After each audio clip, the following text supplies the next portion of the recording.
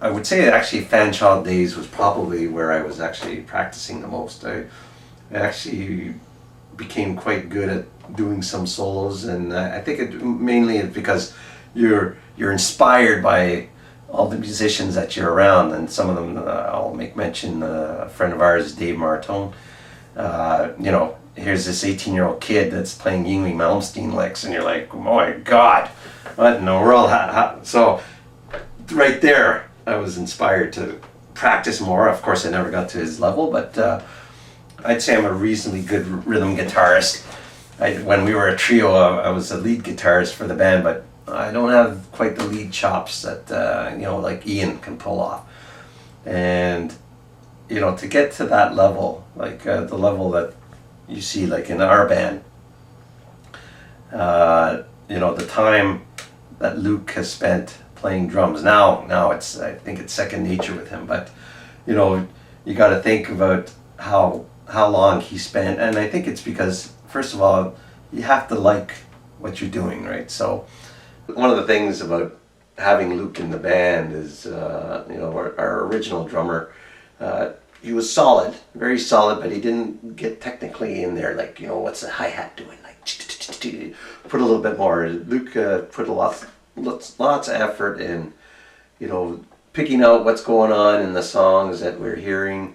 And Eric and Luke, I'd say, are the strong guys on this, that they can pick apart the song very well, and sometimes that leads to a little bit of tension. Oh no, you're not getting it right, you're not getting it right. But Ian, he learns the solo basically pretty well on, but not only does he do that, he actually has a patch that makes him sound, basically get the guitar tone of the sound of whatever, you know, like if we're doing like Rush, he's got the flange, or Van Halen Unchained, he's getting that kind of Eddie Van Halen tone. So, you know, and it takes time to do that you know, you got to listen, you got to play around with the patch. And you know, if you're playing a Van Halen solo or a Dream Theater solo or something like that, and it's not like you can just sit down and go, oh yeah, this is easy. I think it might work out for my buddy Dave Martin. He's so proficient that he probably just listens and then it's woo, and he figures it out pretty quickly. But you know, for most of us, it takes a bit of time and dedication to get it right. Ian's a little more laid back like me, but you know, he sounds exactly like the lead solos he's pulling off. He can sound like Ace Frehley, he can sound like Randy Rhoads. Yeah, he's very proficient. So myself, I think I just add the fun element. I like, you know, I'd say I'm a very reasonable rhythm guitarist, a reasonable singer, but I'm the guy who hopefully makes the show a lot more fun. We're pretty proficient in what we've accomplished.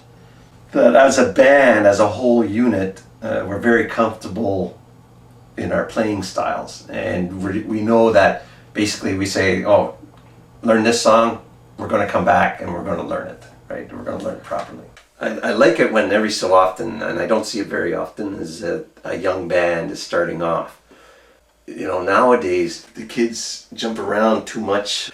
They don't have that dedication to sit down and play for hours and practice for hours. Some of the young people I've talked to before, they get a guitar or something like that, and I ask, are you playing your guitar? No, it's too much work, and that's too bad. You know, it's unfortunate. But again, like I hope they prove me wrong, because there's still bands that are coming up. Some of them are young and they do have the chops, and that's actually very inspiring.